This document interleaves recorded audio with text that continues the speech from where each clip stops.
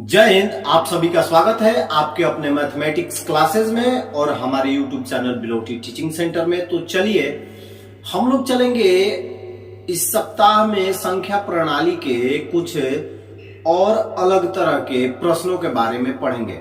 मैंने आपको जैसे कि बताया था कि 1 से 20 तक की सभी प्रकृत संख्याओं के योग को निकाले, जिसमें मैंने 4-5 क्वेश्चन आपको दिए थे। एक था 1 से 30 तक, 1 से 30 तक। तो सूत्र बाबू क्या लगेगा, मैंने आपको बताया था कि जब ऐसे क्वेश्चन आते हैं तो उसमें सूत्र क्या लगाते हैं, n+1 बटा में 2, यही होता है ना, ये हमारा सूत्र होता है। तो हम लोग लिखेंगे क्या, कितने तक की संख्या निकालना है, 30 तक। तो 30 प्लस 1 बटा में 2, यही लिखेंगे ना, मैंने आपको बताया था।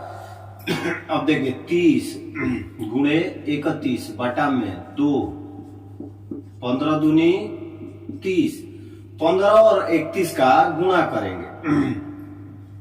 31 और 15 का गुणा करेंगे तो 5, 15, 1, 3 आ जाएगा हमारा 465। यानी टोटल जो योग आएगा वो होगा 465। ये किन संख्याओं का है, ये है, देखिए आप लोगों को सामने एक क्वेश्चन दिखाई दे रहा होगा कि 1 से लेकर 20 तक की सभी सम संख्याओं का योगफल कितना होगा। उसमें मैंने आपको क्या, इसके पहले वाले क्लास में हम लोगों ने पढ़ा था 1 से 20 तक की सभी प्राकृत संख्याओं का योगफल। लेकिन इसमें देखेंगे कि 1 से लेकर 20 तक की सभी सम संख्याओं का योगफल कितना होगा। तो चलिए इसके सूत्र को हम एक बार जान लेते हैं। इसका जो सूत्र लगता है कि लगातार n तक की सम संख्याओं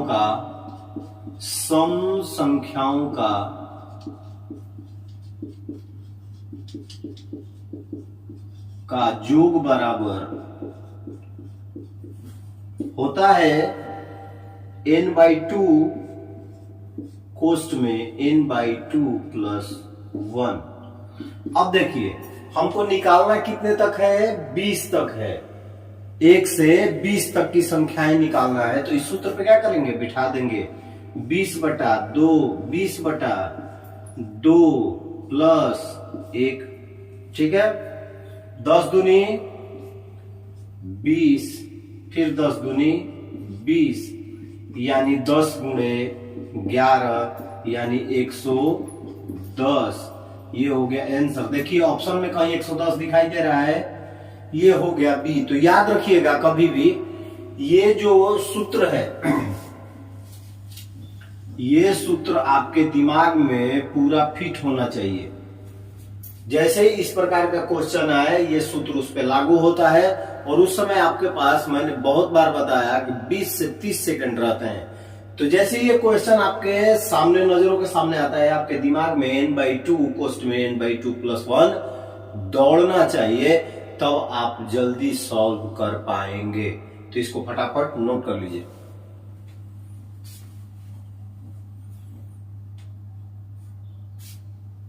देखिए अब आपका जो क्वेश्चन है कुछ डिफर आया आपके सामने। देखिए बोर्ड पे, प्रथम 10 सम संख्याओं का योग क्या होगा।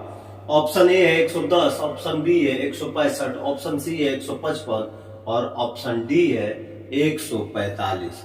कहता है कि प्रथम 10 सम संख्याओं का योगफल क्या होगा। थोड़ा सा हम लोग अपने माइंड को दौड़ाते हैं तो देखेंगे कि इसमें जो सूत्र लगता है लगातार, ये आप लिखेंगे प्रथम n सम संख्याओं का योगफल बराबर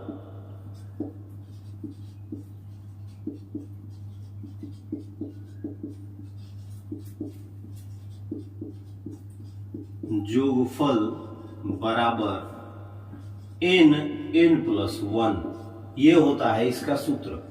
यदि प्रथम हमसे कोई पूछ दे कि प्रथम 10 सम संख्याओं का योगफल हमको निकाल के बताइए, तो उसमें सूत्र लगता है n+1।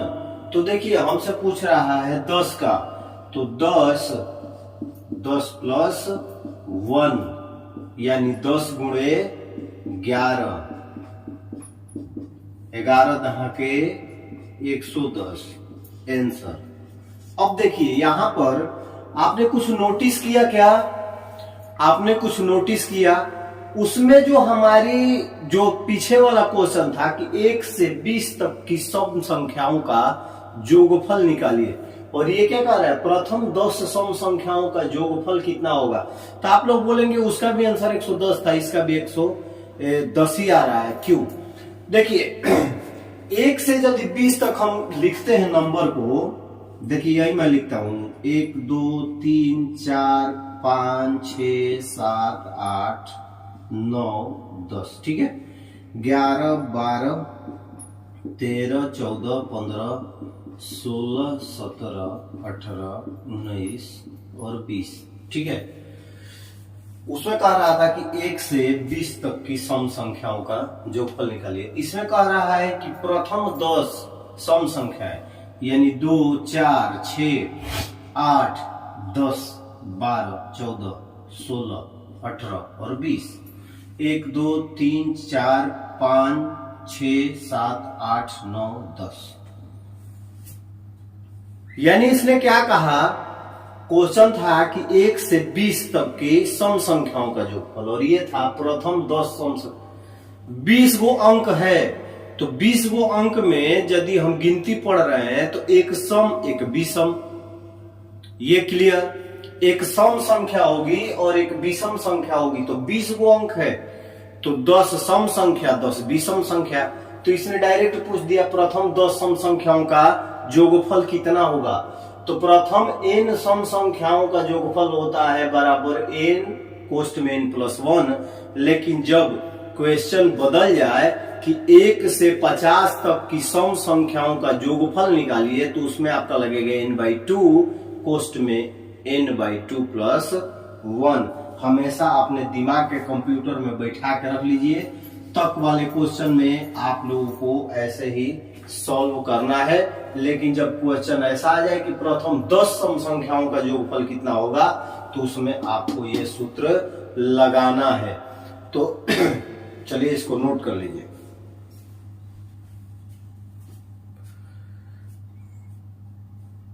चलिए जब अगले क्वेश्चन की ओर जब हम चलेंगे तो देखेंगे कि हमारा क्वेश्चन है कि प्रथम 15 विषम संख्याओं का योगफल कितना होगा।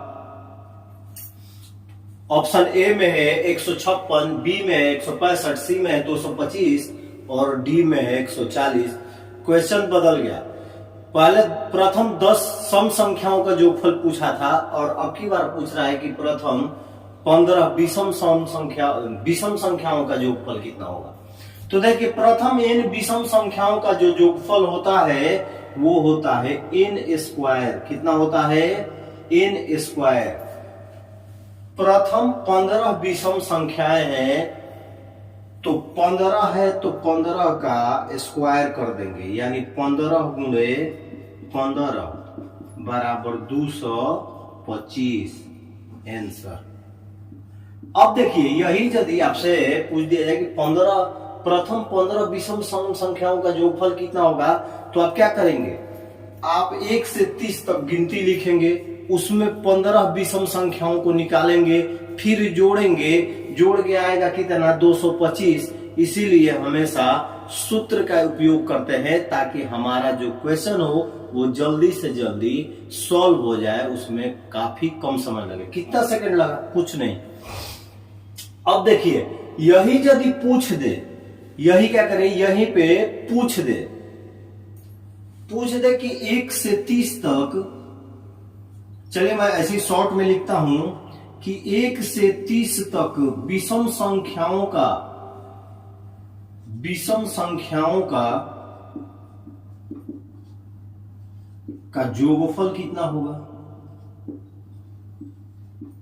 अब बताइए यहां पर क्या यही सूत्र लगाएंगे आप? यहां पर यही सूत्र लगाएंगे? जी नहीं। यहां पे जो आपका सूत्र लगेगा बाबू वो होगा, जैसे हमने सम संख्या में अलग सूत्र लगाया उसी तरह यहां भी अलग सूत्र लगेगा। यहां पे होगा n+1/2 का होल स्क्वायर। क्या हो जाएगा, n+1/2 का होल स्क्वायर। ये होता है लगातार n तक की विषम संख्याओं का योग। ये इसको याद रखिएगा। चलिए इसको आप लोग नोट कर लीजिए, फिर मैं इसके बारे में बताता हूं। चलिए मैंने आप लोगों को पढ़ाया कि प्रथम 10 सम संख्याओं का जोगफल, प्रथम 15 विषम संख्याओं का जोगफल और 1 से 20 तक सम संख्याओं का जोगफल। तो चलिए ये आपके 3 क्वेश्चन जो है वो क्लियर हो गए होंगे। तो इस पे कुछ आप लोग, मैं क्वेश्चन दे रहा हूं, इसको बना के लाइएगा। 1 से 50 तक सम संख्याओं का जोगफल, सम संख्याओं का जोगफल, ठीक है। दूसरा जो है वो उसमें लिखेंगे प्रथम 15 सम संख्याओं का जोगफल। तीसरा जो है उसमें लिखेंगे प्रथम 40 विषम संख्याओं का जोगफल। चौथा है प्रथम 25 विषम संख्याओं का जोगफल। और पांचवा रहेगा 1 से 25 तक सम संख्याओं का जोगफल। छठा लिख लीजिए प्रथम 22 तक नहीं, प्रथम 22 सम संख्याओं का जोगफल। ये आपको 6 क्वेश्चन मैंने दिए हैं। ये क्वेश्चन इसलिए मैंने आपको दिया है ताकि ये जो आपका मैंने अभी सूत्र लिखवाया उसकी क्लियरिटी हो जाए, आपको किसी प्रकार की दिक्कत आगे चल के न हो, उसके लिए मैंने ये क्वेश्चन दिया है। ये यदि स्वयं से आप हल करेंगे और यदि किसी भी क्वेश्चन में आप फंसते हैं, कमेंट बॉक्स में कमेंट जरूर कीजिएगा, मैं उसे आपके सामने बनाऊंगा। तो चलिए कल फिर मिलेंगे अगले वीडियो में, तब तक के लिए आप सभी को जय हिंद। इसको लिख लीजिए।